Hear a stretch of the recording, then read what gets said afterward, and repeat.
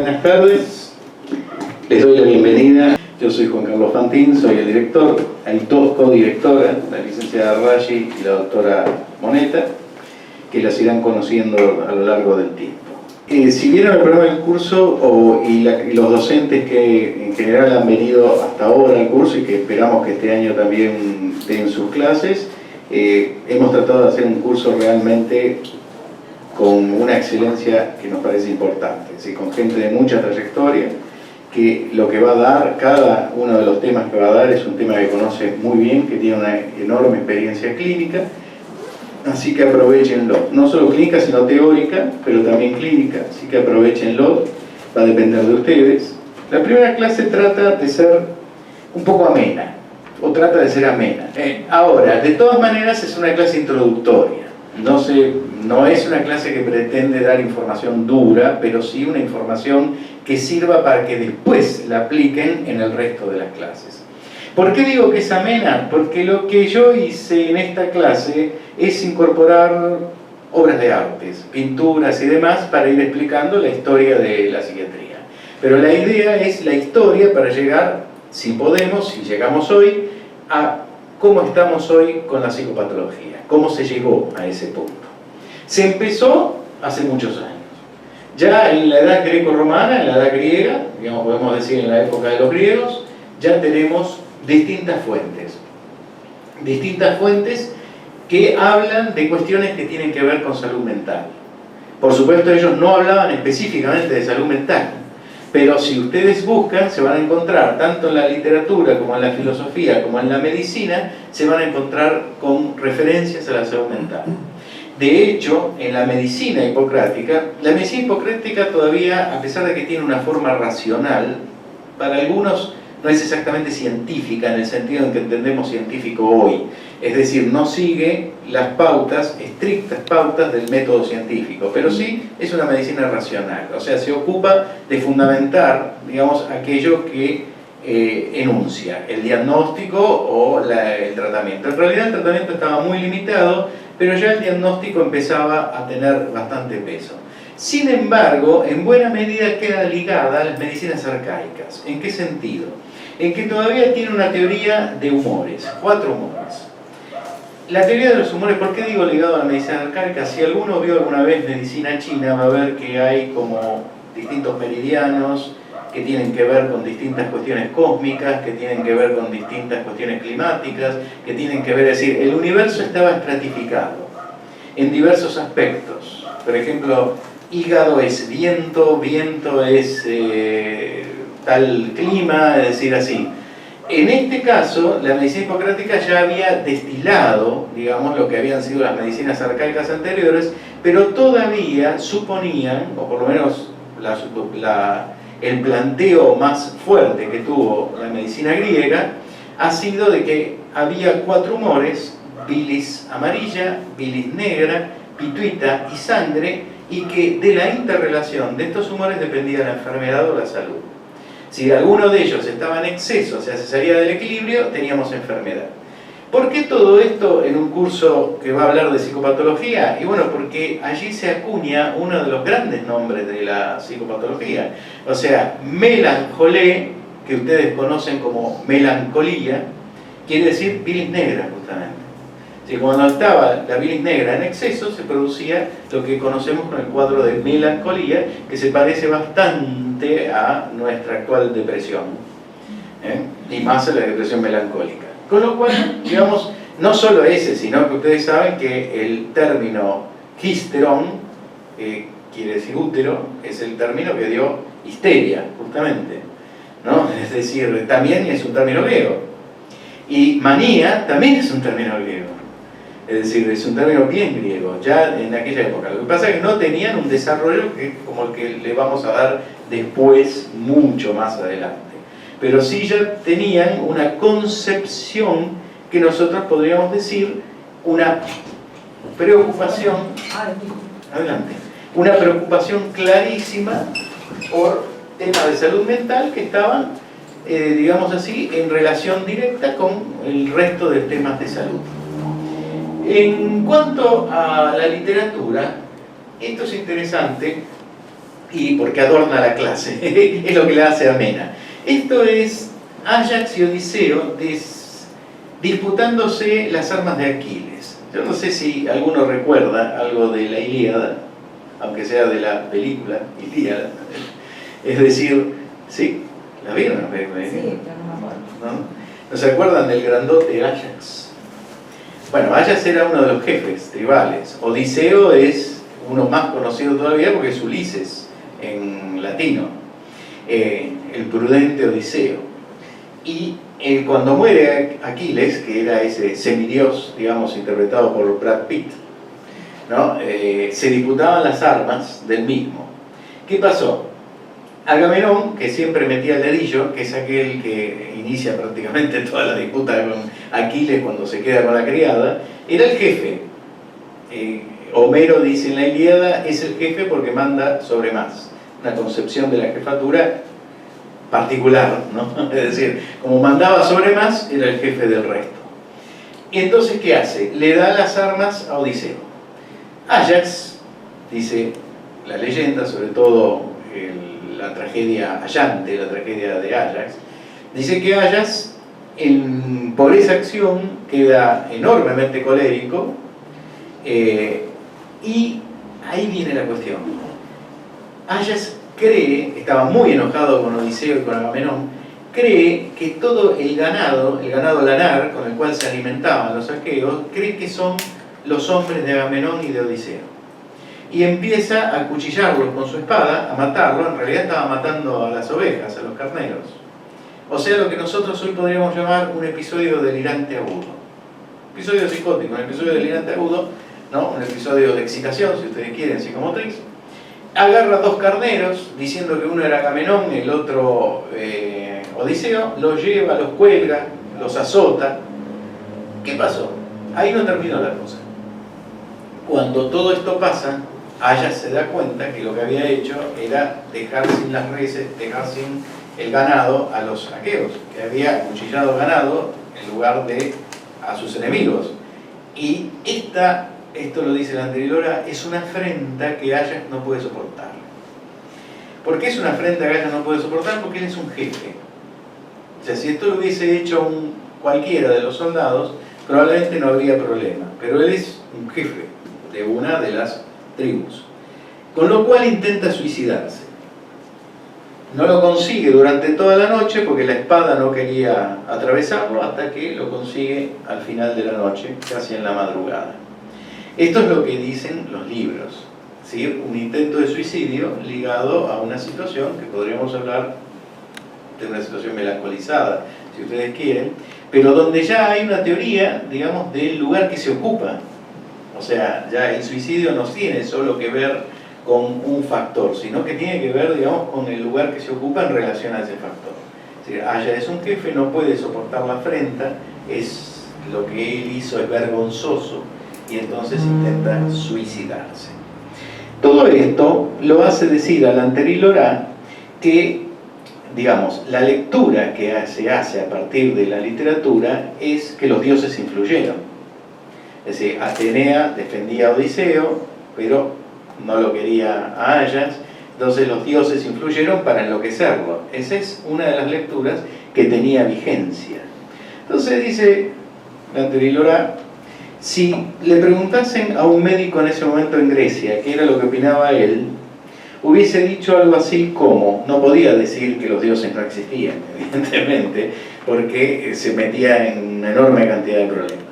Dice, pero lo que hubiese dicho es que de los dioses no puedo decir nada, pero sí he visto casos semejantes por intoxicación con respecto a determinadas sustancias que producen efectos semejantes.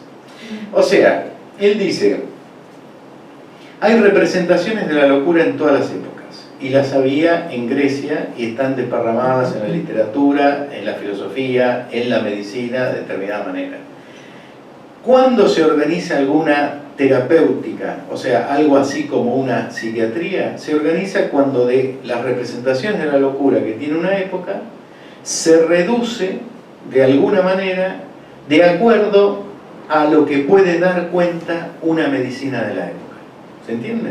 O sea, ustedes tienen unas representaciones de la locura que es mucho más que lo que se va a tomar como locura.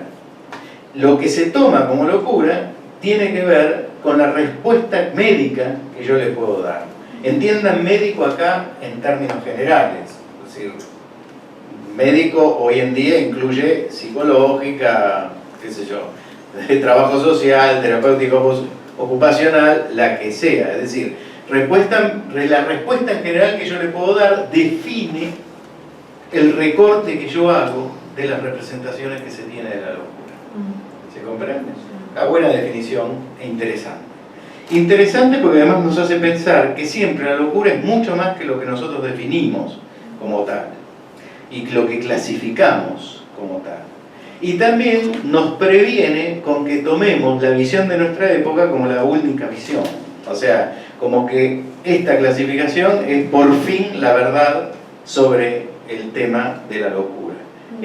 Yo voy a hablar mucho de la locura porque en esa época se hablaba de la locura. Es decir, no había una concepción todavía diferenciada de enfermedad y salud, sino que se hablaba de la locura.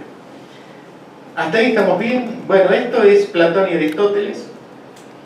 ¿Alguno estuvo en el Museo Vaticano? Sí. ¿Sí? ¿Se acuerdan la sala de Rafael? Esto es la Academia, ese mural enorme que hay cuando uno entra a la sala de Rafael antes de llegar a la Capilla Sistina, y en el medio están Platón y Aristóteles. Ellos dos, desde la filosofía, también han dicho sus cosas. Platón tenía si ustedes leen La República se van a encontrar con una relación, es decir, con una idea tripartita del alma, donde él hace una división en tres partes del alma, racional, concupiscible, irascible, y que lo relaciona a su vez esa tripartición del alma con las funciones dentro de la ciudad, o con las funciones dentro del gobierno de la ciudad, o dentro de la polis. Así que, y Aristóteles tiene también escritos donde, por ejemplo, él menciona la melancolía, decía, todos los intelectuales son melancólicos, o sea, hace algunas menciones. Digamos, en la Grecia antigua la preocupación estaba no claramente definida como preocupación por el tema de la salud mental, sino de la enfermedad en general. Y oscilaba entre una concepción que pasaba por la literatura, por el pensamiento y por la medicina. No estaba claramente definido el ámbito como va a estarlo luego en otro momento. Pero es interesante verlo esto, porque también quería mostrarle esta cuestión que traía la anterioridad de que, digamos, se puede definir una psicopatología como aquella reducción de las representaciones presentes en una época de acuerdo a la medicina que esa época tiene para darle respuesta a esa reducción. Bien, vamos a ver un poquito más la Edad Media. ¿Qué le parece que va a pasar en la Edad Media? La locura en la Edad Media pasa a ser posesión maníaca, posesión demoníaca, o sea, pasa a ser demonología. El problema de la Edad Media es un problema complejo, igual que el del Renacimiento. ¿Por qué es complejo? Porque en algún sentido es ambivalente. Ya hay otra slide que lo muestra.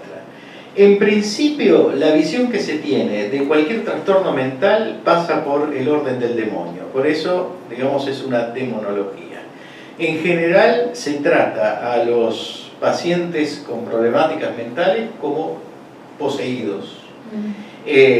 Reaparece el modelo extranatural de la enfermedad mental que en Grecia se había acoplado a lo natural, recuerden ustedes, o sea, la melancolía era, por ejemplo, uno de los desequilibrios de los humores, o sea, participaba junto con otras enfermedades orgánicas, se intentaba un modelo natural de la enfermedad, acá es absolutamente extranatural, es una cuestión de posesión demoníaca, es una cuestión de Dios y el diablo luchando en un sujeto.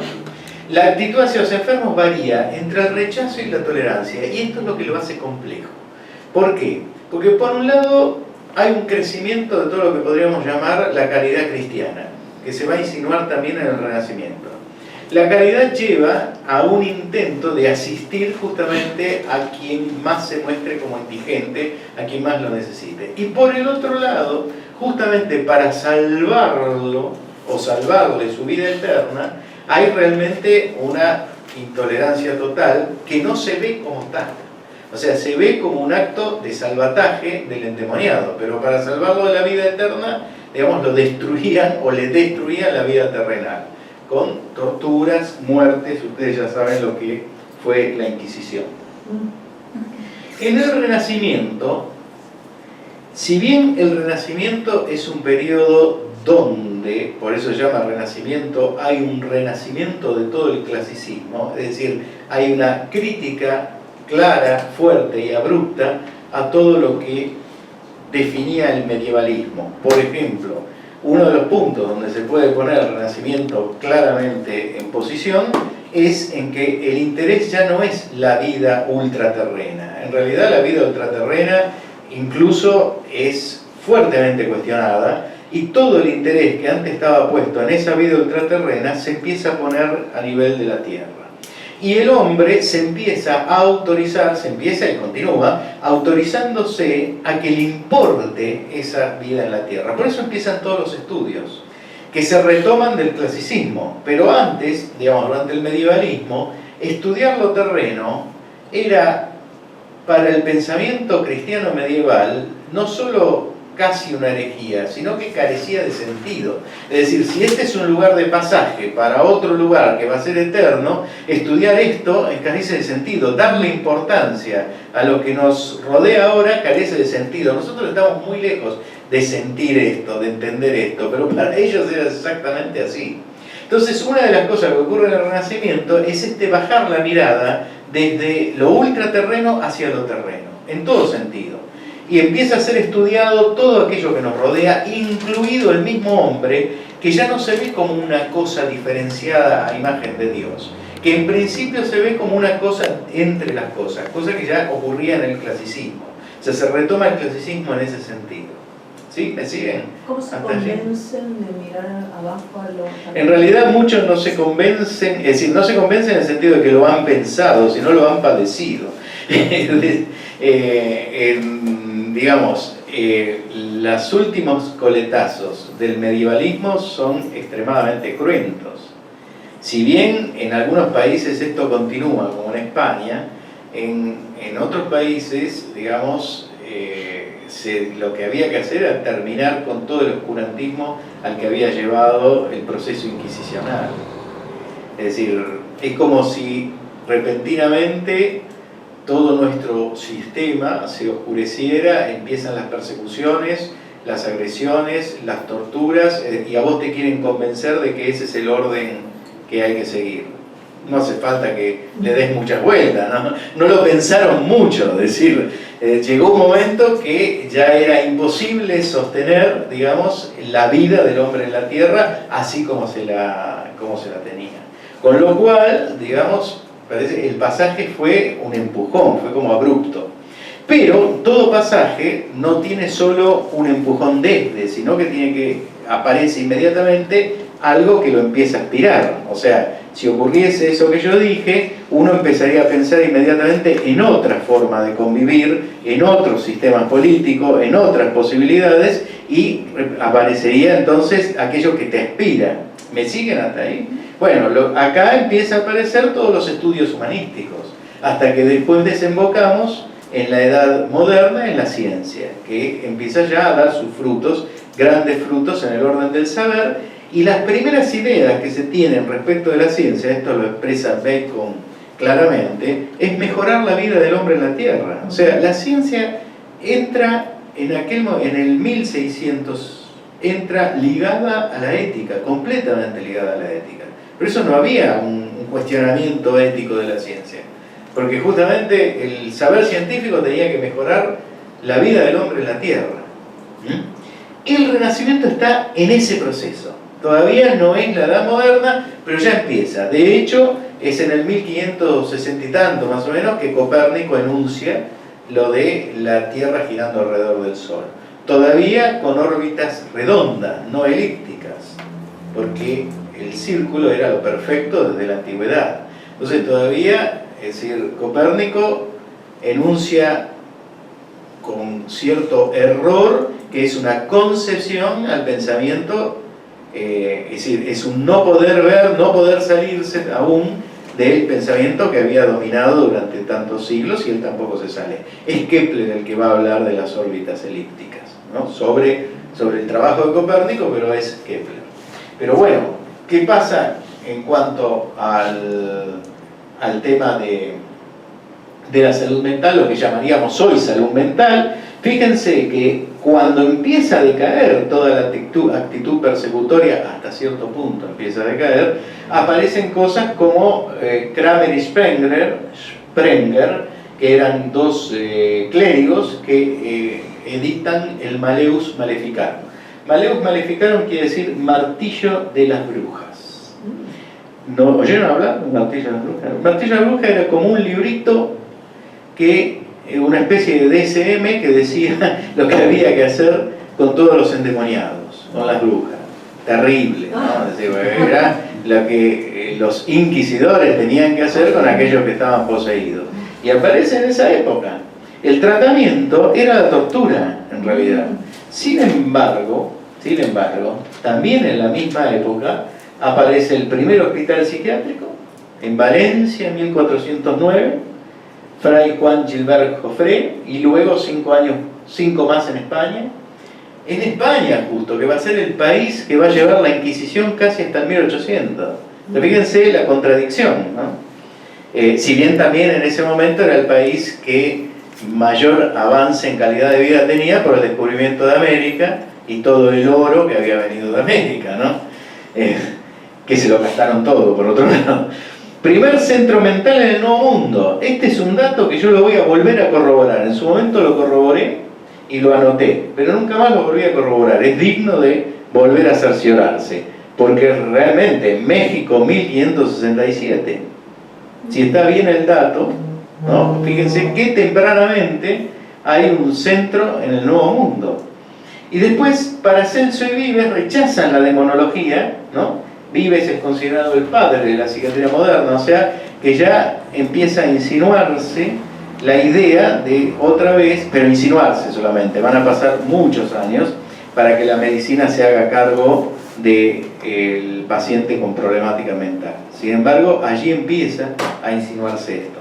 ¿Alguna pregunta hasta acá? Interrúmpanme y si quieren hacer algún comentario. ¿Vives estaba en España? Vives, creo que sí.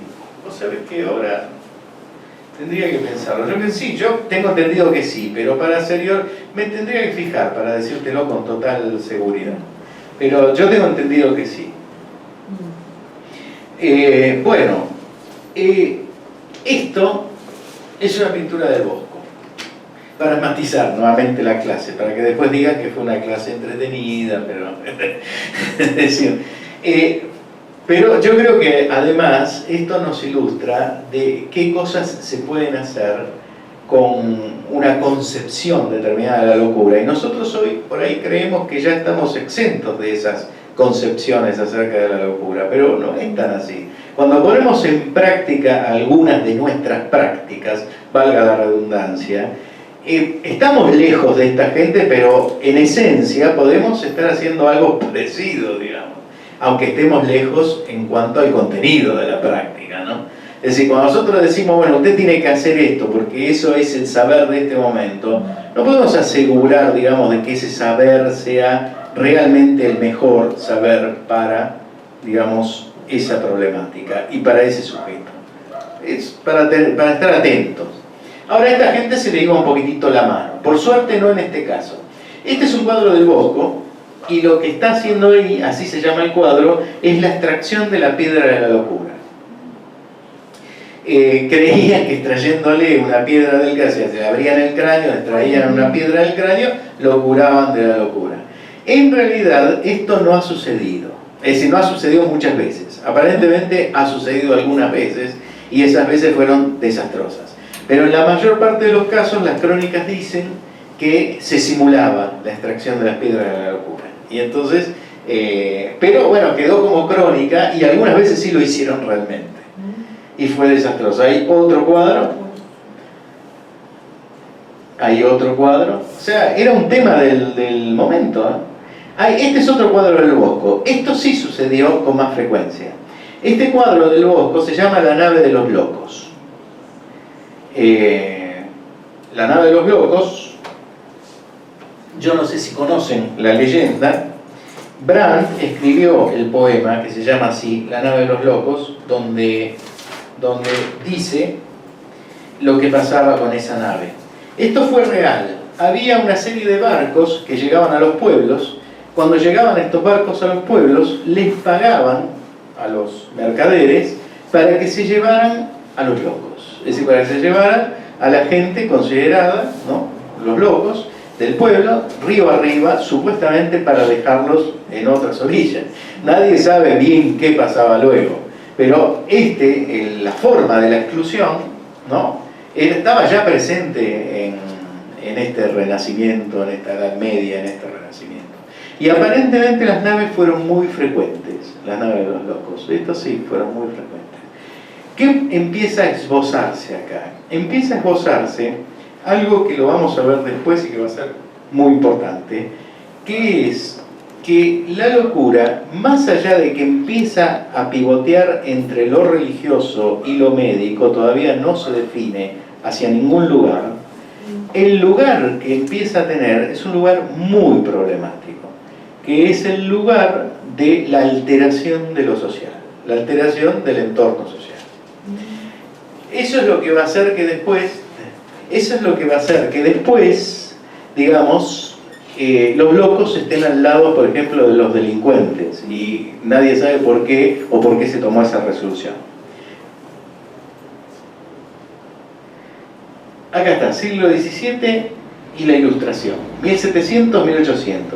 Los enfermos ya no eran quemados, pero ya sea internados o vagabundos, eran maltratados o despreciados. Asilos para insanos en Francia, se podía detener indefinidamente a los enfermos mentales juntos con indigentes, huérfanos, prostitutas, homosexuales, ancianos y enfermos crónicos, eméticos, purgantes, sangrías y torturas, hasta que Pinel rompe las cadenas. Ahora, ¿por qué esta mezcolanza que nunca se entendió? Por lo que yo les dije antes, porque el criterio era la alteración del orden social. Entonces, si el llamado loco alteraba el orden social, iba a parar al mismo lugar que los homosexuales, los ancianos que andaban por la calle, es decir, los indigentes, los huérfanos, las prostitutas, es decir, todo aquel que el orden instituido consideraba que alteraba el orden social. Hasta la venida de la Revolución Francesa, Pinel es el representante de los revolucionarios para todo el tema de salud mental, digamos así, o sea, de psiquiatría, pero en realidad él era, digamos que simpatizaba con la revolución, pero no era exactamente un hombre clave de la revolución. Sin embargo, lo llamaron a él. Pero hasta ese momento existían lo que se llamaban las letras de cachet, y eso significaba que el rey podía firmar directamente el encierro de cualquiera de manera directa, sin pasar por jueces, sin pasar por administradores, sin pasar por nadie. También existía la manera de encerrar a alguien por el lado de los administradores, por el lado de ciertos jueces. Pero lo que va a hacer la revolución es justamente cambiar ese punto. Inmediatamente se derogan las letras de cachet. O sea, se quita esa prerrogativa del rey de poder encerrar a cualquiera sin más preámbulo que su sola firma y su sola voluntad, y se pide que cualquiera que sea declarado insano pase por administradores, jueces, etcétera, etcétera, para ser encerrado. Eso lo hace la Revolución Francesa. Hay un libro es un libro bastante interesante, que es el libro de Castel, que es el orden psiquiátrico, sí, porque siempre me lo confundo con el de Foucault, sí. El orden psiquiátrico. Este se los puse antes de llegar a la ruptura de las cadenas de Pinel, porque no todo, ¿qué cosa? Una flechita que subís. No, ya está.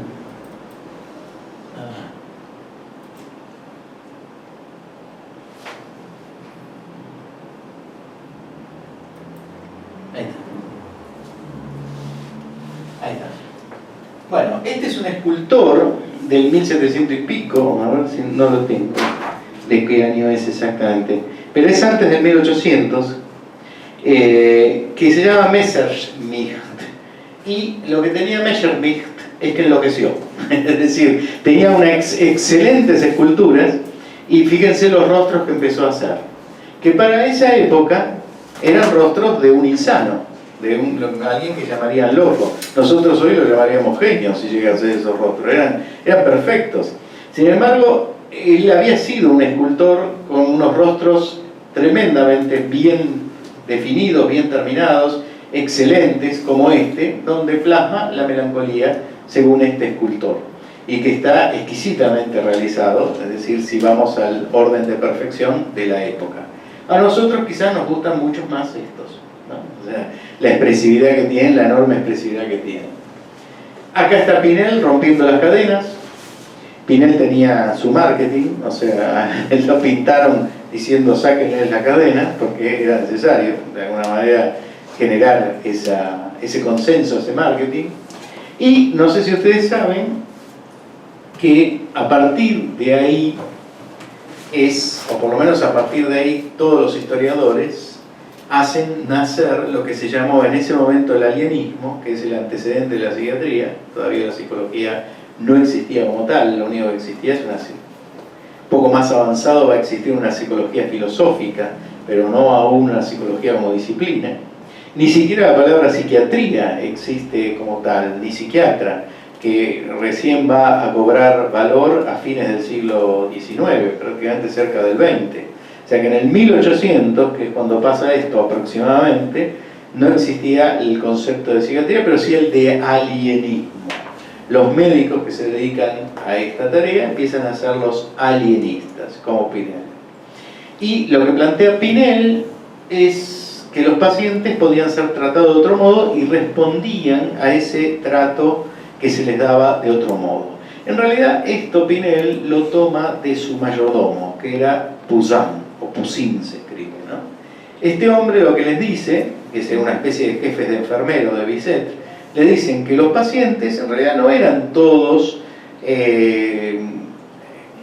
agresivos y todos inmanejables, que por el contrario, la mayoría, si se los trataba bien, respondían a este buen trato y se humanizaban de algún modo. Eso es lo que hace que Pinel rompa las cadenas. No fue casual, ¿eh? Pinel está en plena ilustración y con las ideas mismas que habían expresado en ese momento los ilustrados franceses. Pinel sabe que debe escuchar al hombre común, al hombre que está en la cosa, más que al académico. O sea, hay toda una connotación de época que lo lleva a Pinel a escuchar lo que otros no escuchaban, que es escuchar al hombre que está en la situación. Y el hombre que estaba en la situación era Poussin. Entonces, escucha esto, rompe las cadenas y empieza a tratar a los enfermos con lo que se llamó el tratamiento moral. El primer tratamiento moral que instaura Pinel no era moral en el sentido de la moral de la ética, era en el sentido de las costumbres, porque ética tampoco quiere decir lo que hoy quiere decir moral. Es decir, en el sentido de las costumbres. Era opuesto a natural, o uno podría decir opuesto a biológico, moral. Era en el sentido del costumbrismo social. Entonces, este tratamiento moral, si ustedes lo leen, van a ver que es prácticamente el primer esbozo de psicoterapia que hubo, y en muchos casos es casi un psicodrama. O sea, Pinel montaba así unas escenas. Por ejemplo, hay un caso que lo pueden leer en el libro de Pinel incluso, de uno de los enfermos que creía que había traicionado a la revolución y lo iban a venir a buscar para matarlo, porque él los había traicionado y lo consideraban un traidor. ¿Qué hace Pinel? Monta un espectáculo con 2 ayudantes y otros más, diciendo que habían venido los jueces a juzgarlo, por fin. Entonces lo llevan al juicio, y en el juicio lo escuchan, todo lo que tiene que decir, etcétera, etcétera, y lo absuelven. Y Pinel dice que el paciente mejoró. Probablemente sea cierto. El tema está en que muchas de las intervenciones terapéuticas tuvieron su efecto en un determinado contexto y después no tienen tanto efecto. Imagínense que en ese momento era toda una novedad. Así que podemos pensar qué efecto puede haber tenido un manejo de tal naturaleza cuando nadie se lo esperaba, ni siquiera el paciente, y quizás en algunos casos haya habido realmente una mejoría, pero después el mismo Pinel empieza a darse cuenta que eso mismo ya no tiene tanta eficacia simbólica. De hecho, sin ir más lejos, aún en el mismo psicoanálisis, si leen con detenimiento los primeros seminarios de Lacan, sobre todo el del yo, va a decir que Freud mismo elabora su segunda tópica, no lo dice con estas palabras, pero más o menos, porque se da cuenta que las intervenciones anteriores ya no tenían la eficacia que habían tenido. Es intervenciones basadas en, digamos, todo el desarrollo pulsional, su teoría del inconsciente, el preconsciente, el consciente, etcétera, etcétera, y es ahí que se ve llevado por la necesidad clínica y de efectividad clínica a plantear las cosas de otra manera. Con lo cual, uno tendría que tener en cuenta que tal vez Pinel no mintió, todo el mundo cree que no mintió, y que en su momento este planteo fue eficaz. Pero lo importante es que lo que hace Pinel es meter a la locura de lleno en la medicina. No solo la mete, sino que de alguna manera, y esto lo dice el anterior, la coloca en posición de enfermedad única. ¿Por qué? Porque a diferencia de lo que va pasando en el resto de la medicina, la locura se trata en lugares especializados, específicos, los asilos, se trata con un tratamiento específico, uno solo que es el tratamiento moral, ¿no?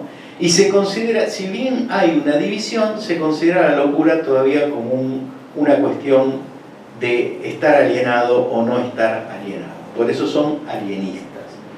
¿Dónde pervive esa concepción única de locura? Pervive en el fuero. Los que trabajan en relación a la justicia saben que en última instancia lo que importa en la justicia es si está alienado o no está alienado, ¿no? Y también en lo popular, es decir, uno está loco o no está loco. De alguna manera también pervive allí. ¿Sí? Bien. Acá está Goya. Fíjense, Goya en sus cuadros luminosos. Esto es lo que le hacía ganarse la vida a Goya cuando pintaba la familia real. Estamos ya en el 1800 y pico. Pero por otro lado tenemos este Goya, ¿no? Este Goya. Las black paintings de Goya. Si van al Museo del Prado se van a encontrar que en un piso están las pinturas luminosas de Goya, como esa que les mostré, y en el piso de abajo están las black paintings, son las pinturas negras de Goya, y aparece, por ejemplo, Saturno devorando a sus hijos. Ya les voy a decir por qué les traje esto.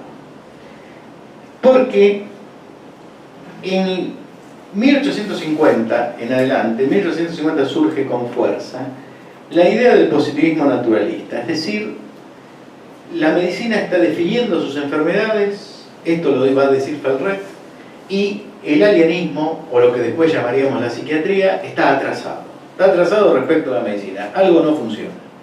Y no funciona porque nosotros no definimos nuestras entidades, esta es la proclama. Y es el momento en que se empiezan a definir las grandes entidades de la psicopatología.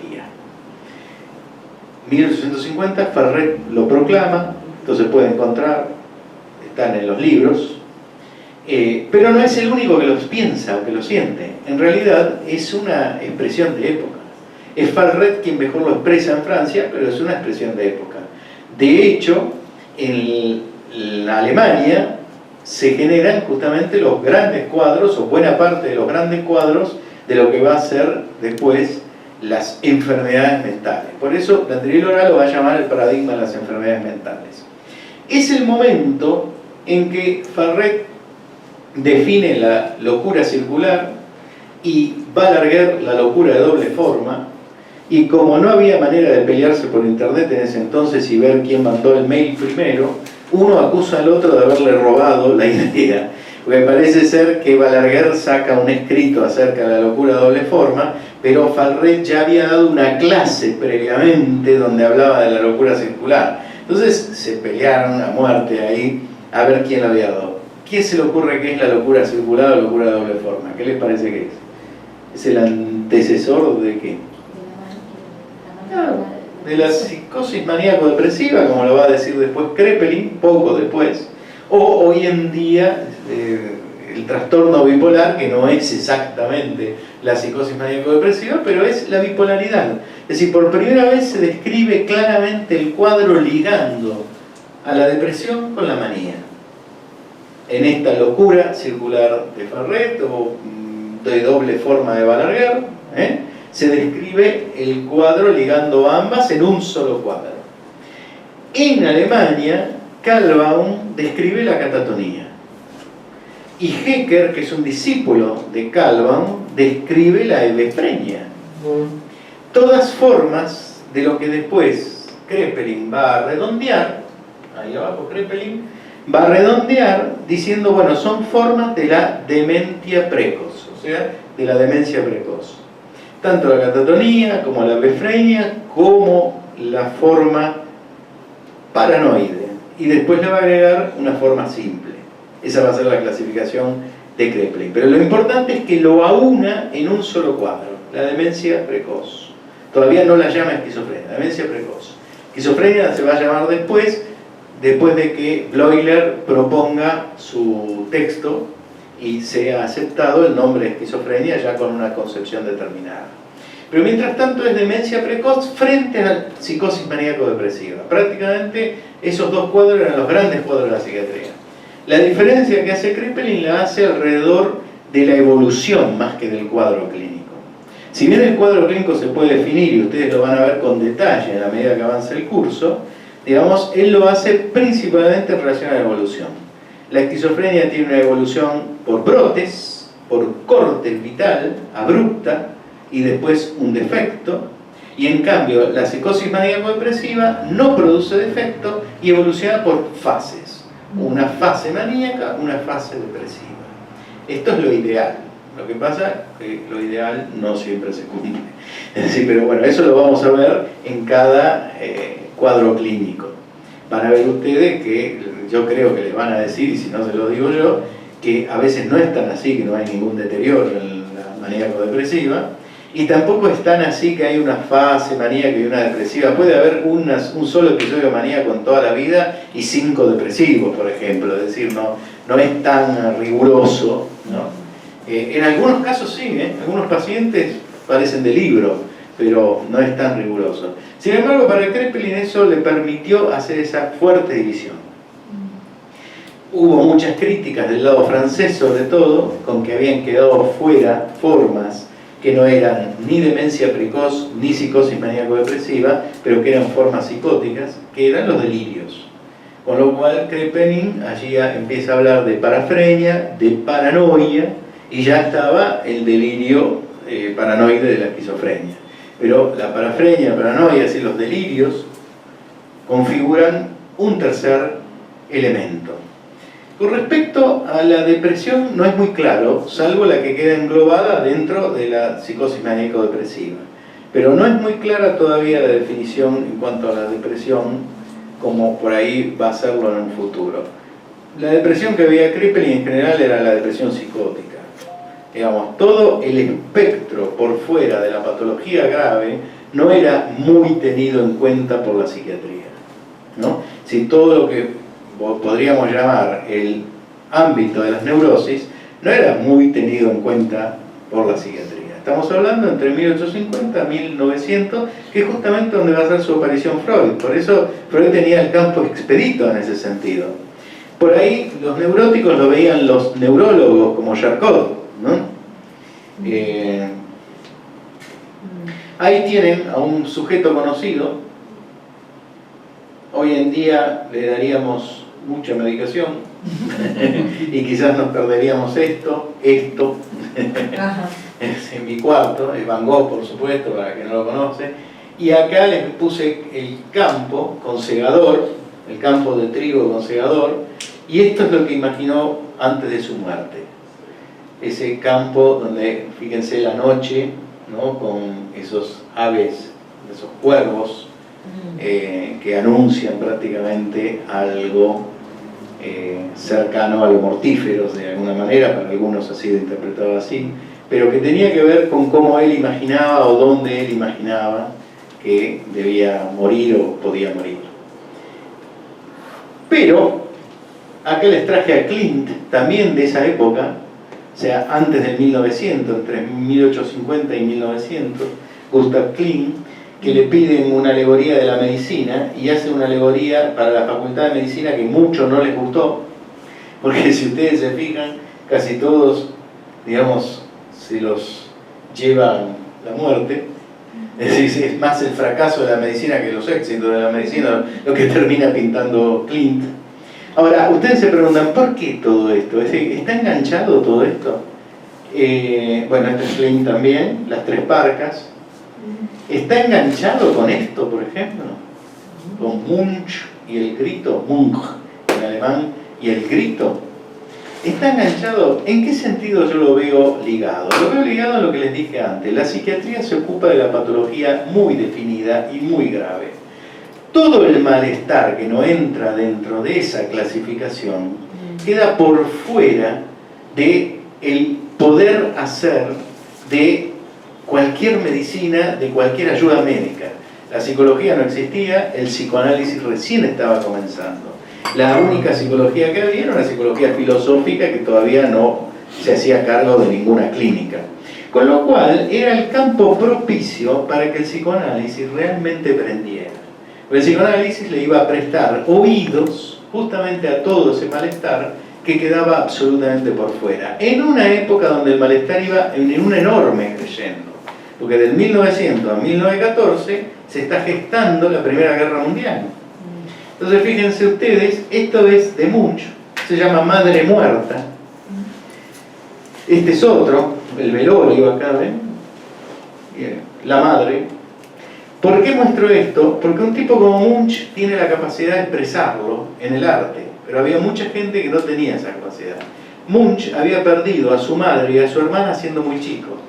Entonces, toda esa elaboración compleja de ese duelo no quedaba. Hoy en día inmediatamente tendría una consulta, imagínense, o sea, va a cualquier servicio y rápidamente tiene una. Pero en ese momento no quedaba en las manos de nadie. No podía consultar a nadie. Si consultaba a un clínico lo iba a ver desde el punto de vista clínico, y si consultaba a un psiquiatra le iba a decir que se vaya a tomar unos días de descanso, más o menos. Esto es lo que dice Freud, por ejemplo, cuando analiza el caso de Anod. Dice, en esta época un médico también se daría cuenta que es un caso de histeria, aunque sea grave. Pero aunque se diese cuenta, tampoco sabría qué hacer con ello. Entonces, bueno, como les dije antes, es la época de la Gran Guerra y aparece, por ejemplo, en el expresionismo alemán, aparecen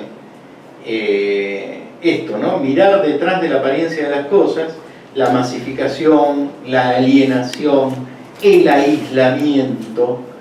Eso es lo que está viviendo la gente en esa época. Entonces los cuadros muestran de alguna manera esa carga emotiva en casi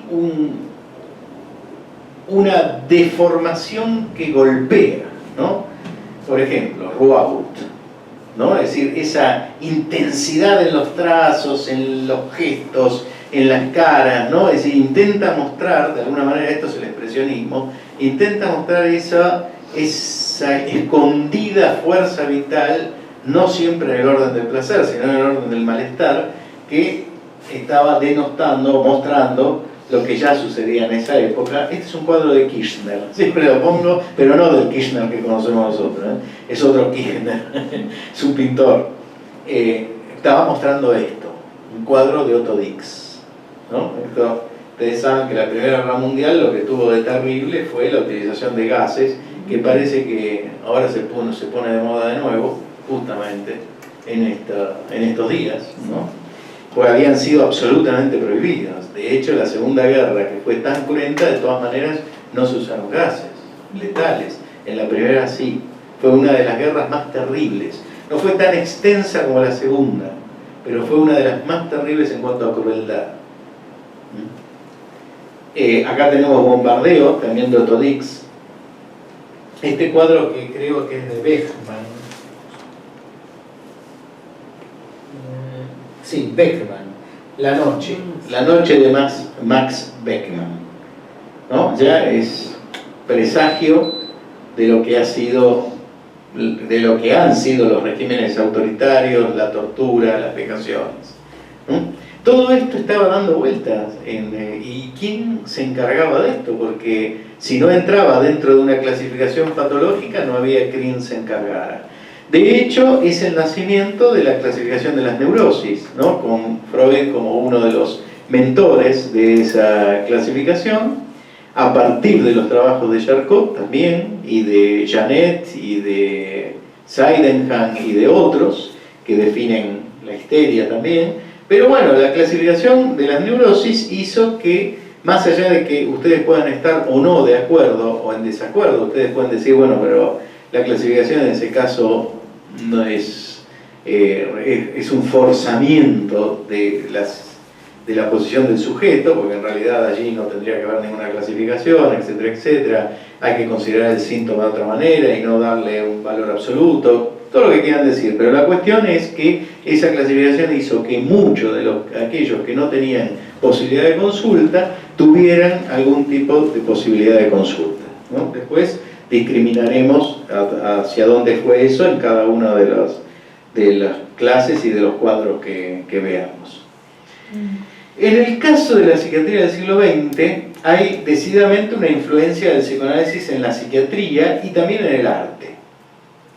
Eso quiere decir que hay un ida y vuelta también, porque por un lado, digamos, el psicoanálisis influye en la psiquiatría, decididamente. Por el otro lado, también cierto aspecto del psicoanálisis se ve cuestionado desde la psiquiatría. O sea, por ejemplo, mucha gente aún cuestiona de que diagnóstico sí, diagnóstico no, qué tipo de diagnóstico habrá que hacer o dejar de hacer dentro de si el psicoanalista tiene que diagnosticar o no, ¿viste? Cuánto afecta el diagnóstico a su arte o no. Y desde la psiquiatría, si realmente podían definirse cuadros con los conceptos del psicoanálisis. En la psiquiatría clásica, en el órgano de dinamismo de Henry, esto parecía haber alcanzado alguna suerte de equilibrio. Sin embargo, ya ven lo que pasó ustedes en el último tercio del siglo XX, ¿no? Es decir, todo eso eclosionó a punto tal de que la psiquiatría americana rechaza toda idea psicoanalítica por decir que se trata de una teoría improbable, etcétera, etcétera, sin fundamento, qué sé yo, qué sé cuánto, y rechaza todas las categorías que había incluido la psiquiatría desde el psicoanálisis, que el psicoanálisis nunca obligó a que incluyera, la había incluido porque funcionaba. Bueno, son rechazadas sin fundamento, pero son rechazadas. Pero ahí también influye en el arte, y el arte a su vez influye en el planteo psicoanalítico. De hecho, en Freud esto es clarísimo, porque Freud toma a muchos autores, sus análisis de ciertos textos y de ciertos autores como Dostoyevsky son famosos, y de los frescos de Orvieto, por ejemplo, y de otros tantos obras de arte que Freud se encarga de analizar. Y no es solamente el análisis que hace Freud, sino que la enorme extensión que ha tenido el psicoanálisis tuvo que ver con esta posibilidad de hacer una lectura de la cultura y de hacer una lectura cuestionadora, crítica de la cultura, colocándose en un lugar, en una zona que la misma cultura, entre comillas, no quería ver. Entonces, guerras mediante, había que renovar la mirada en relación a la cultura, cuando no directamente criticarla hasta en sus fundamentos, ¿no? Bueno, el psicoanálisis queda como una herramienta indispensable en ese punto. Con esto yo no estoy hablando de psicoanálisis, porque si no por ahí diría otras cosas. Estoy hablando del psicoanálisis en su relación con la psicopatología y con la cultura. Ojo, ¿no? No se me malentienda, si no hablaría por ahí de otro modo. Bien. Psicofarmacología y locura. La psicofarmacología aparece muy tardíamente, aparece en 1950 y tanto un anestesiólogo llamado Henri Laborie, encuentra que una sustancia podía tener una influencia decisiva en los casos de excitación psicomotriz, en los episodios psicóticos, y después, al otro año, en el 53, más o menos, 53 creo que es lo 52 Laborit, 53 Delay y Deniker, que ya eran psiquiatras, lo utilizan, que es la clorpromacina, el primer neuroléptico que se utiliza, el primer antipsicótico. Y hacen un trabajo con clorpromacina y a partir de ahí se empieza a investigar con sustancias que pudiesen ser antipsicóticas. ¿Qué año es eso? 1953. O sea que es bastante tardía. Cuando surge la clorpromacina, la mitad de los pacientes que estaban internados en los asilos salieron a la calle. Así que tuvo una efectividad notable para los ojos de la gente que lo veía en ese momento, imagínense. O sea, pacientes que no habían podido salir de ninguna manera, repentinamente se encuentran compensados. Hasta ese momento los tratamientos eran brutales, cuando había tratamientos. Ahora que los chalecos de fuerza son una de las expresiones, entre tantas. Había otros tratamientos mucho más cruentos, como digamos, la utilización de insulina para provocarle un coma hipoglucémico, la producción de un absceso que los detenía por dolor. ¿Sabían todo eso? Sí, sí. Esos fueron los tratamientos antes de los antipsicóticos. Y si no, el chaleco de fuerza que los inmovilizaba. Imagínense a alguien excitado que encima estuviese inmovilizado. Así que hasta ese momento todos los tratamientos eran más que cruentos en general. Cuando aparecen los antipsicóticos, recién, digamos, se puede decir que los pacientes que se terminaron todos estos tipos, además hoy en día se habla mucho del electrochoque, pero digamos el electrochoque fue lo menos cruento de los choques. Los otros choques fueron mucho peores, por ejemplo el abón de insulina o el abón de leche para provocar un absceso, fueron mucho peores todavía. Bien, psicofarmacología entonces y locura empieza tardíamente, en 1950, y ahí tenemos la influencia enorme del psicoanálisis para definir cuadros dentro de la psicopatología, los cuadros neuróticos, pero también para pensar de otra manera la psicopatología, digamos, para pensar el síntoma de otro modo, una discusión que todavía sigue. Este es Freud hecho por, ¿sabe quién? Dalí. Ahí está Dalí, donde se ve la influencia del psicoanálisis en el arte también, porque esta es la metamorfosis de Narciso. Evidentemente, si Freud no hubiese hablado de narcisismo y de Narciso, si bien estaba en la mitología griega, no creo que Dalí hubiese pintado un cuadro de esta naturaleza. Aquí lo tienen a Leonardo da Vinci, una de las lecturas de Freud, ¿no? Sí, la homosexualidad de Leonardo da Vinci. La última cena, que cuando hice esta diapositiva se había puesto de moda por el libro de Dan Brown sobre si hay acá o no un rostro femenino, por ejemplo, en la última cena. Una de las primeras películas de Dan Brown.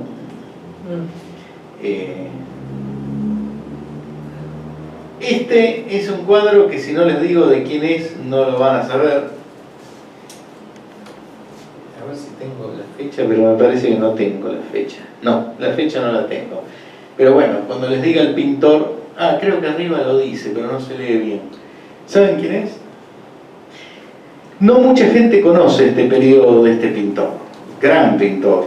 A mí me gusta más este periodo que muchas de las cosas que hizo después, excepto el Guernica, que es notable. Es Picasso. Es el periodo azul de Picasso. Picasso dibujaba muy bien, es decir, tiene otros cuadros como este, y justamente lo llamó el loco. Esta es la representación de Picasso del loco. Ya estamos en el pleno siglo XX, ¿no? Por supuesto, y está avanzando el siglo XX. Este es Louis Wayne. Es muy interesante lo que pasó con este paciente. Lo traje también porque estamos en un periodo bisagra donde la locura empieza a ser aceptada claramente como enfermedad médica, pero también empieza a ser medicada y tratada. Y siempre nos queda esa idea de, digamos, en qué posición estamos cuando tratamos al enfermo mental. ¿Cuánto realmente es un padecimiento para el enfermo? ¿Cuánto en realidad es una cuestión que tiene más que ver con la posición que la sociedad tiene para el enfermo que el verdadero sufrimiento de él? Y este es un caso. Este es un hombre que se ganaba la vida haciendo estos gatos y los hacía muy bien, era muy famoso, para almanaques. Excelentes pinturas para almanaques. En ese entonces imagínense que no existían las gráficas que existen ahora, entonces él los dibujaba, los pintaba y a partir de allí se reproducía. Fíjense cómo va cambiando, o sea, se va psicotizando. Wow. Pero más o menos por acá lo internan y por acá. Pero ¿qué pasó? Cuando lo internan acá, ya deja de pintar, estaba internado, lo tenían recluido en un lugar por psicótico. Y resulta que alguien del lugar donde estaba, uno de los terapeutas, lo reconoce y le trae pinturas y papeles. Y entonces hace estos, que son también excelentes, muy buenos, ¿no? Pero bueno, ahí ya estaba prácticamente consolidado su trastorno. Sin embargo, las pinturas seguían siendo muy diferentes, pero seguían siendo excelentes. Pero alguien lo reconoció y le llevó las pinturas y las telas. Igual antes del brote es interesante que la mirada ya no era una Sí, mirada sí. normal, digamos, ¿no? Antes del brote, ¿era ahí? ¿Me dijiste? Acá. Claro, pero ya era una mirada... Se podría decir, habría que ver, digamos, es un gato bastante convencional, pero quizás uno podría hacer un análisis de los colores que usaba y de las maneras en que se expresaba. Pero acá mirá que, Sí, claro, sí, ¿no? sí. Parece que el gato se hubiese enloquecido, ¿no? Sí. Muy claro, muy claro. Bueno, antes de que lleguemos al final, ahora sí, una pregunta bien temática, pregunta sobre qué pasó con el paradigma de las enfermedades mentales, por ejemplo. ¿Seguimos con el paradigma de las enfermedades mentales? Sí, el paradigma de las enfermedades mentales, que empieza en 1850, continúa. De hecho, hablamos de esquizofrenia, que es el nombre que le va a dar Bleuler, y que es el que prosperó. Hablamos de psicosis maníaco-depresiva, aunque utilicemos ese eufemismo de trastorno bipolar, se sigue hablando. Hablamos de depresión, hablamos de depresión psicótica, hablamos de cuadros clínicos, seguimos hablando de cuadros clínicos, y cuando hay que definir, definimos por el lado de los cuadros clínicos. Pero también hablamos de psicosis, neurosis, algunos ponen la perversión como tercera, otros han querido ver una estructura borderline en algún momento. ¿Y qué es eso? Eso no pertenece, esa división, al paradigma de las enfermedades mentales. Hay otro paradigma más, según la anterior, y se podría estar de acuerdo. El otro paradigma empieza justamente en la entreguerra, o mejor dicho, al final de la Primera Guerra, con una concepción global que también influye en la neurología, digamos, o sea, con Goldman, la Gestalt, la aparición de la Gestalt tiene que ver con una concepción más global. La influencia del psicoanálisis lo que genera es una concepción de estructura. Se habla, por eso él va a hablar del paradigma de las grandes estructuras psicopatológicas, que conviven con las enfermedades mentales, con la división en enfermedades. Esto ha sido así hasta la aparición del DSM-3R, DSM-4, donde el paradigma empezó a tambalear. Pero hasta ese punto había como una sana convivencia, en algún sentido, entre definir entre enfermedades mentales y definir por estructuras. Hoy en día no es tan clara la convivencia entre una y otra, pero realmente todavía se siguen usando ambos paradigmas, es decir, uno define en algunos casos por el cuadro clínico y en otros casos lo primero que mira es si se trata de un psicótico o de un neurótico. Por ahí menos nos preocupamos por un perverso, salvo como se trata del cónyuge, que siempre lo vemos o perverso o perversa. Pero es cuando llega el momento, ¿no? Al principio no, al principio es todo maravilloso. Es decir, en general no se suele decir es un perverso, se dice es un psicópata, pero es más o menos lo mismo. El tema es que también existe esa estructura del perverso, o la estructura perversa. El problema acá es que no hemos definido exactamente qué vale más, y depende mucho de la formación que uno tenga, y depende mucho de lo que vea en cada paciente, y depende mucho de qué respuestas tenga que dar, porque muchas veces, incluido en lo institucional, no es solo la respuesta al paciente lo que tiene que dar otras respuestas.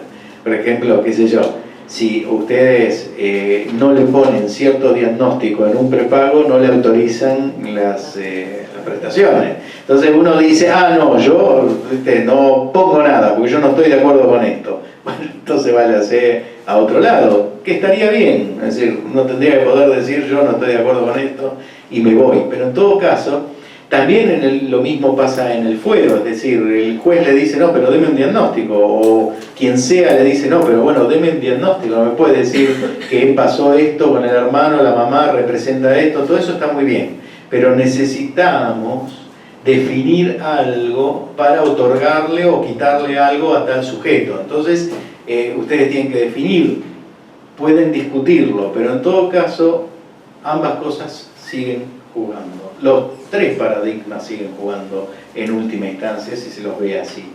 Es un tiempo interesante porque es un tiempo donde, digamos, tenemos mucho para discutir, pero también es un tiempo que puede resultar para algunos confuso en algún punto, y sobre todo si no se tiene la formación adecuada, ¿no?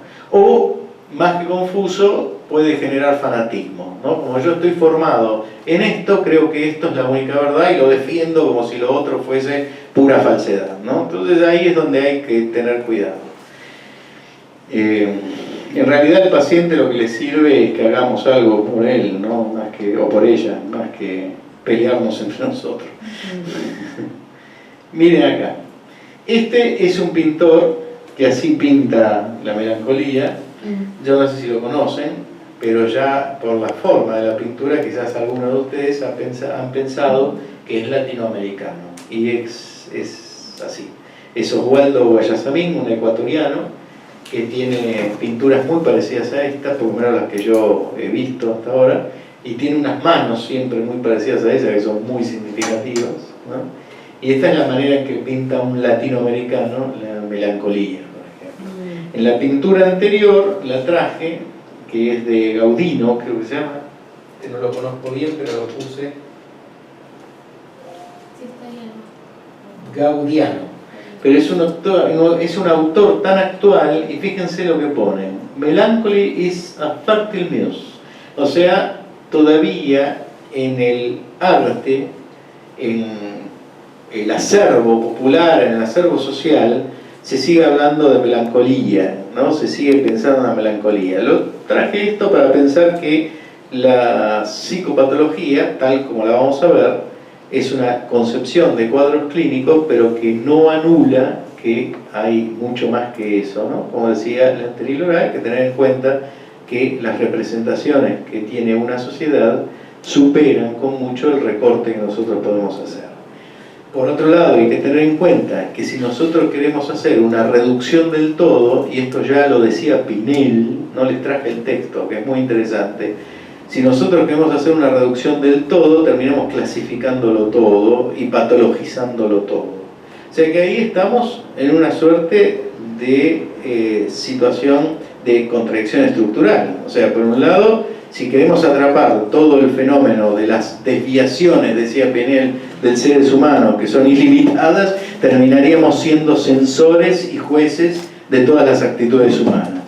Por otro lado, si no tomamos todo ello, tenemos que saber que lo que podemos, en donde podemos intervenir, es en una parte que queda clasificada, quedando parte del sufrimiento por fuera de lo clasificado. Tendremos que verlo de otra manera. Bien, Guayasamín y listo. Bien, preguntas. Preguntas sobre esto, preguntas sobre el curso. Los primeros cuadros, como les dije, ¿tenés una pregunta? Yo te quería preguntar algo. Dale. Viste que al principio cuando hablaste de la locura y demás, digamos, sí. una característica que se daba siempre es la exclusión, ¿no? Sí. Y quería saber qué pensabas vos de la exclusión hoy o de la inclusión desmedida de algunos cuadros. Por ejemplo, en los colegios, el tema, no sé, chicos autistas que lamen las paredes, igual los incluyen sí o sí en un aula normal. Sí. Normal, en un aula común. Yo creo, la pregunta es bastante compleja, ¿no? Yo creo que en algún sentido, si bien estamos en un tiempo más inclusivo, primero vamos a empezar por la inclusión, respecto de la locura, o por la exclusión. Respecto a la locura, en un periodo más inclusivo, de hecho mucho más inclusivo, hay algo en el orden de lo que provoca, sobre todo los cuadros graves de la locura, de lo que provoca la psicosis, que estructuralmente nos choca. No por ahí a los que trabajamos en esto y tenemos muchos años en esto, pero si uno ve a la gente que no es un profesional del tema, digamos, el hecho de que alguien delire, por ejemplo, el hecho de que alguien, viva una vida que parece totalmente a contramano de lo que se supone que es la vida común, o el hecho de que alguien esté gritando por la calle, o el hecho de decir, todo lo que produce la psicosis de alguna manera produce un cierto distanciamiento, que es difícil que con el conocimiento del tema se llegue a resolver totalmente una tendencia a cierta exclusión, ¿no? Es difícil. Pero, de hecho, estamos en un tiempo más inclusivo. Ahora viene la otra parte de la pregunta. Algunas inclusiones hay que ver si son buenas, ¿no? Por ejemplo, si se transforma en una patologización, lo que se quiere entender que es una mejor inclusión, tenemos un problema. Había un psiquiatra infanto-juvenil que ya tiene unos cuantos años, decía, en la época en que yo atendía, cuando era joven, un niño con un trastorno de hiperactividad era aquel que entraba y te rompía el consultorio, no aquel que le contestaba a la maestra. Es decir, no aquel que mostraba una rebeldía y que probablemente en esa rebeldía esté denunciando una situación familiar o social que habría que prestarle oídos. Entonces a veces esas inclusiones en realidad derivan la cosa. En lugar de ponerla en el centro, que es lo que se cree que se la está poniendo en el centro, la está desviando, la está derivando. O sea, lo mandamos al chico al gabinete, lo ve la psicopedagoga, lo ve la psicóloga, etcétera, etcétera, y no ponemos el foco en el punto donde hay que ponerlo. Que quizás es el modo en que hace síntoma en el chico una situación que lo trasciende al chico, ¿no? En el caso del chico esto se ve claro, pero también se podría llevar a la patología del adulto. De hecho, muchas veces, y esto yo lo enseño frecuentemente, hay casos donde el paciente grave, psicótico, en realidad tiene razón en lo que está diciendo. Nosotros no le prestamos el suficiente oído como para darnos cuenta de en qué situación lo estamos colocando. Entonces, mucha de la excitación que expresa, que es la ira como excitación, o la ira que expresa, se la provocamos nosotros. Si eso no se puede leer como que nosotros hicimos una indicación que lo llevó a eso, se va a leer como descompensación. Y si se lo lee como descompensación, peor todavía, se le agrega a esa medida una medida restrictiva, ¿no? Con lo cual se empeora aún más la cosa, ¿no? O sea que también en el adulto a veces el intento de darles asistencia no siempre es exactamente lo que había que darle, por lo menos no ese tipo de asistencia, ¿no? Pero bueno, hoy en día a cualquiera le damos asistencia, quizás no es lo mejor que le puede pasar. De hecho, me acuerdo de un caso que estaba encerrado en su cuarto y la madre, que tenía sus cosas también, llama a una gente que va de guardia, no me acuerdo si de público o privado, y entran, por supuesto, lo ven, qué sé yo, le dan una inyección, todo bien, salen, bueno, le dimos la inyección, lo calmamos, qué sé yo, y se tiró del quinto piso. No se murió, por suerte, yo lo vi tiempo después, cuando ya había pasado todo esto. Ahora, en ese momento la asistencia fue lo peor que le pudo pasar, por lo menos esa asistencia, esa lectura, digamos. No sé si te contesto porque es para desarrollar en cada caso. Yo creo que sí que hay en este momento una patologización excesiva en muchos casos.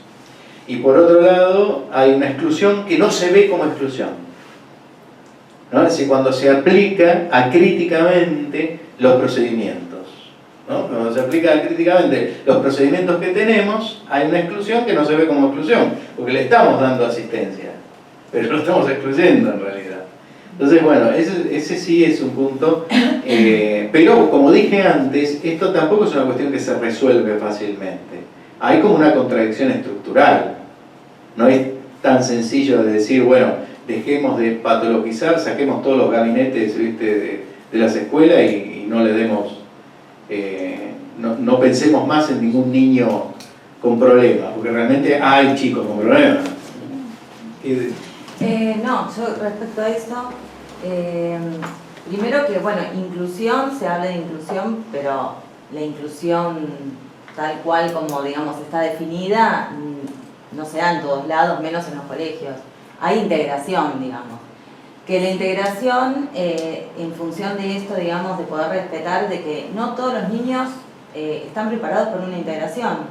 Y me parece que el trabajo ahí también es con el adulto, los padres sobre todo, que creen que es necesario que el chico vaya a un colegio común y que haga la jornada completa y que con una maestra integradora se soluciona todo.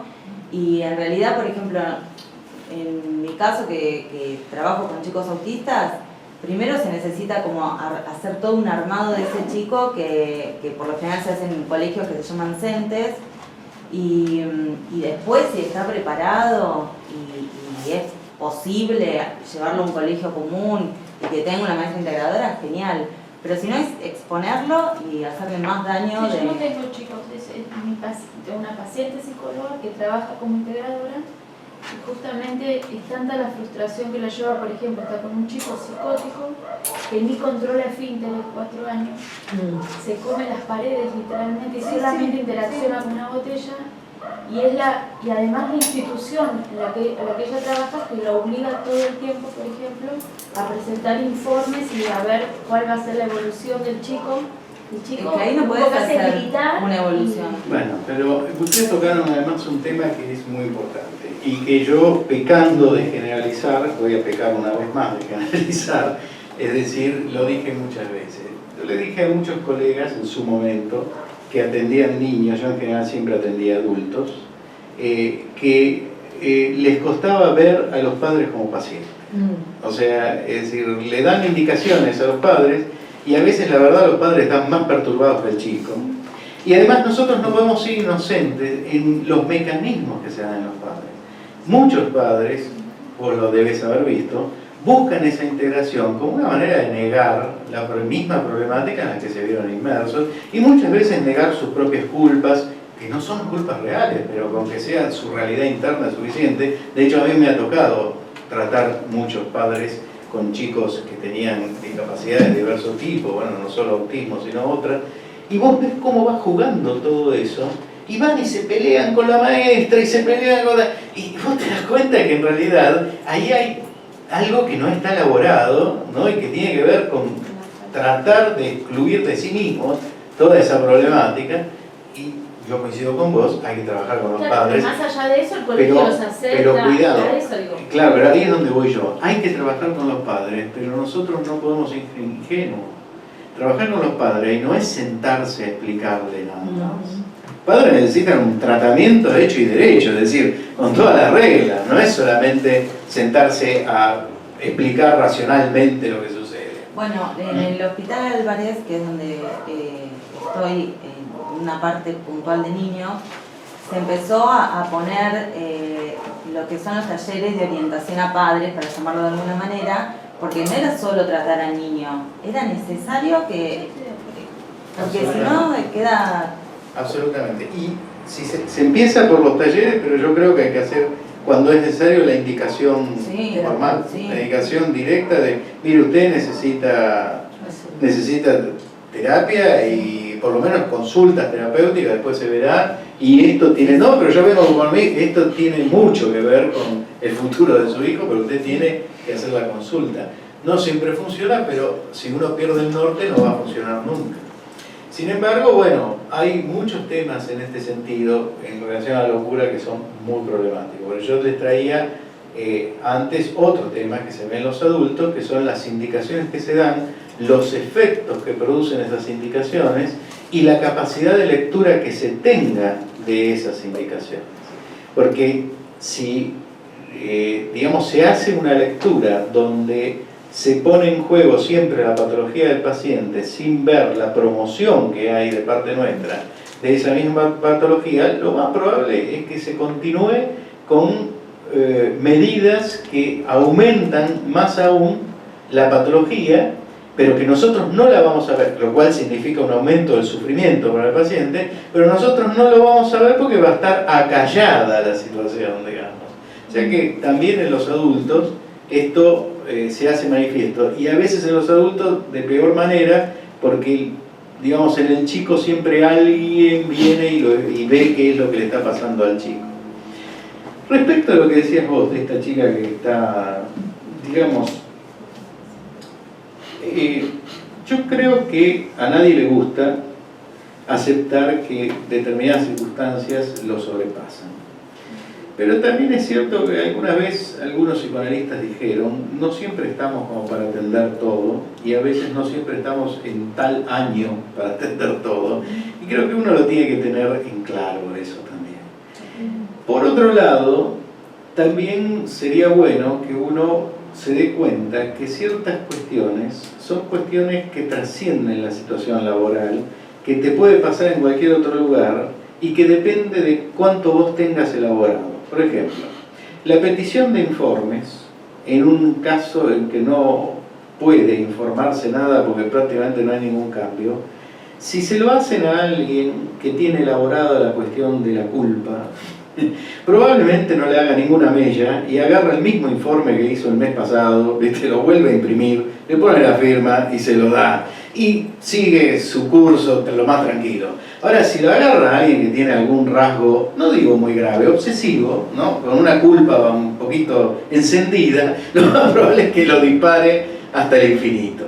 Entonces, también en otro tiempo, y no hablo solamente de los mismos médicos que hoy se acercan muy poco a mí, por lo menos para mi gusto, los médicos psiquiatras, a todo el entendimiento psicoterapéutico y psicoanalítico. En otros tiempos no era así. Aún los médicos, mucho más los psicólogos, todos pasaban por su propia terapia y analizaban sus propios aspectos. Si no se hace eso, es muy difícil hacer psicopatología. Y si se hace psicopatología, se hace una psicopatología recortada, como yo dije, donde alguno paga el pato, o lo paga el terapeuta que termina diciendo esto no es para mí, me voy a la luna, ¿no? Es decir, me voy de aquí, o lo paga el paciente, ¿no? Por este recorte, descompensación, internación, etcétera, etcétera. Con lo cual yo creo que también hay una cuestión que trasciende por ahí lo que es la psicopatología pura, pero que hay que tenerla en cuenta. Que cuando uno va a sentarse enfrente de un paciente, tiene que estar preparado para ello. Y habría que repensar cuál es la preparación para ello. Si es solamente haber asistido a cursos o requiere algún otro tipo de preparación para ello. Bueno, hoy, como les dije, es una clase más bien amena, que intenta dar muchos elementos que van a volver en los distintos cuadros que veamos. Sin embargo, lo que les dije tiene la intención de ser preciso, ¿no? Por más que la clase sea amena. Vamos a retomar esto de alguna manera en los distintos cuadros. Bueno, si no hay más preguntas, seguimos la próxima.